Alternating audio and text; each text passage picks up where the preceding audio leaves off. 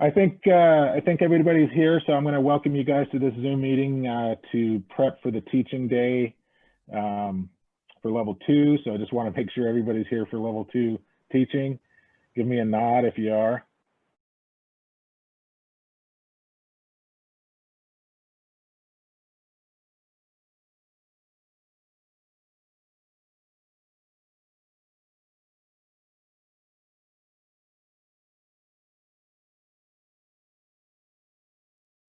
To Spinley. Andy, and I'll take Alex. Taylor, please. I'll tell you who these people are. Taylor happens to be a teenager. Finley, she is an adult. Alex is a teenage girl, about 14. I would like the color red, please. I'll go blue. I'll take orange. Yellow. Okay, if you got yellow, that's introduction to bumps. If you got orange, that's introduction to crud and off-piste. If you got blue, that's wedge to wedge Christie. And then if you got red, that's wedge Christie to open parallel.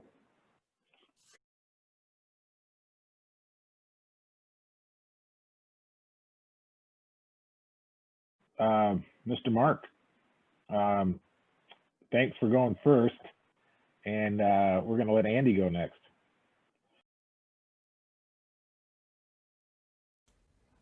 All right. So again, hi everyone. I'm Andy. Yeah, and so I drew the topic of introduction to crud and off-piste conditions or junky snow. And the student profile I have is Alex, and she's a teenage girl who's 14 years old.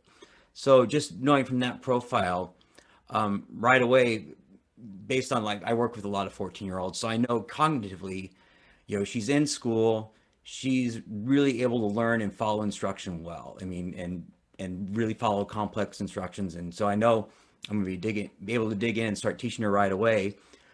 But also from having worked with a lot of 14-year-olds, I know I have to be very aware of how I'm delivering feedback and praise or negative feedback, and especially a 14-year-old girl we've just met.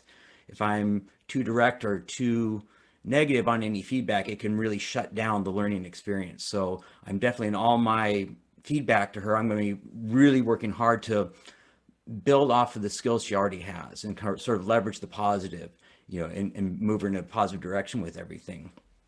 And then, thinking, physically with her development, again, 14-year-olds can sort of be all over the map. Getting back to similar what Mark shared with the teenager, she could be in that stage where she's just figuring out longer limbs and adapting, or she could be really, really physically adept and very skilled. So I'm going to be watching for that on the warm-up run when we get out moving to see really how coordinated she is on everything through there.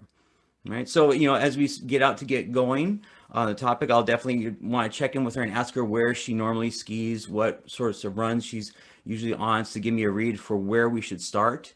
And I'm going to make an assumption that she's familiar with the area and has a run that she likes to go to. And I'm going to kind of guide her, depending on the conditions of the day, if it's a cruddy day, to start out warming off on something groomed, sort of a moderate blue groomer, just so I can see where she's moving and what her home base is in her movement patterns and her turns and her skills. And I'm going to make an assumption she's probably a parallel skier in general if she's wanting to get more adventurous and jump out into the crud and junk and everything.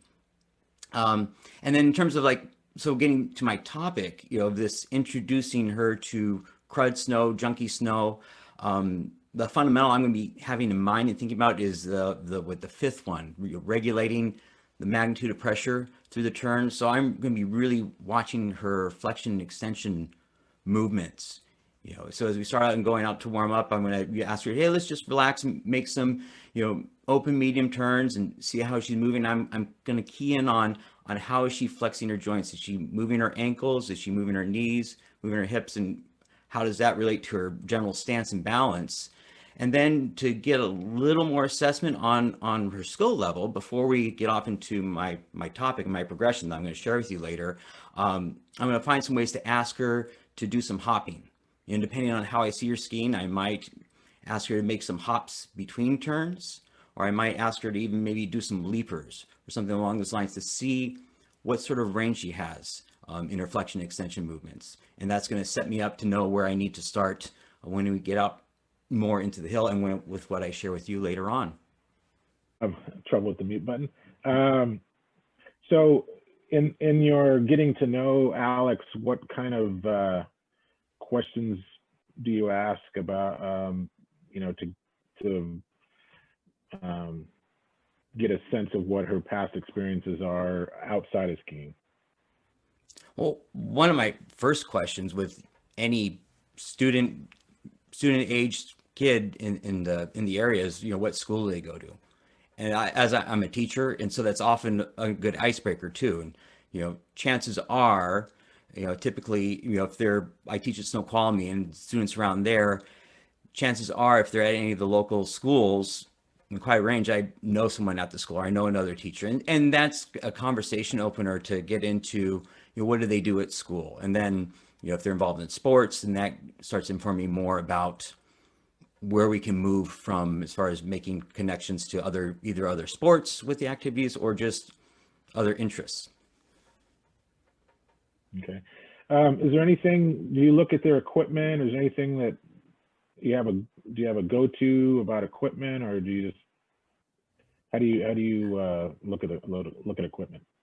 Well, I know, you know, we're seeing all kinds of different skis coming out, and so I'm ready to work with any ski design that they have.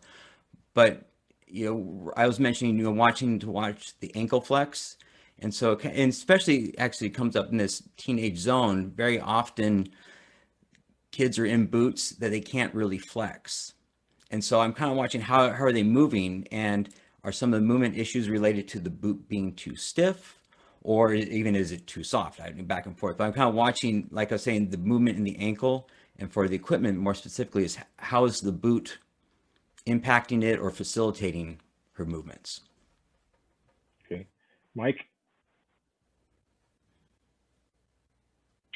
Andy, let's just talk a little bit about equipment here. So if Alex came out with a pair of twin tip skis and they were 98 underfoot, what would you be looking for as far as performance in that ski for Alex? Well, in terms of performance from the ski, I'm definitely going to just expect it to be a little more skidded, right? In general, probably a wider ski in general. And so, you know, I'm going to be watching her turn shape as we're warming up on like a medium blue cruiser. You know, is she guiding the skis in a rounded shape?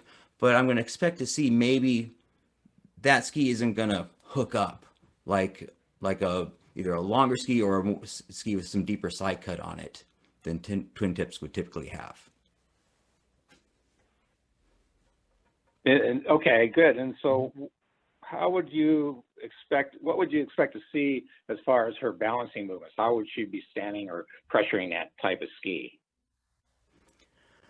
Well, typically those twin tip skis, they're a little more center mounted by how they're set, and I'm going to be watching, you know, like we always want to see a good tall athletic stance, but I'm not going to expect her to move into the front of the ski a lot at the start of the turn, because one, it's probably a softer ski and would do something weird and bend it, and there's not that much ski there in front of her, and so her 4.5 balance point is going to be a little bit smaller than someone with a longer ski. Okay, thanks, Andy.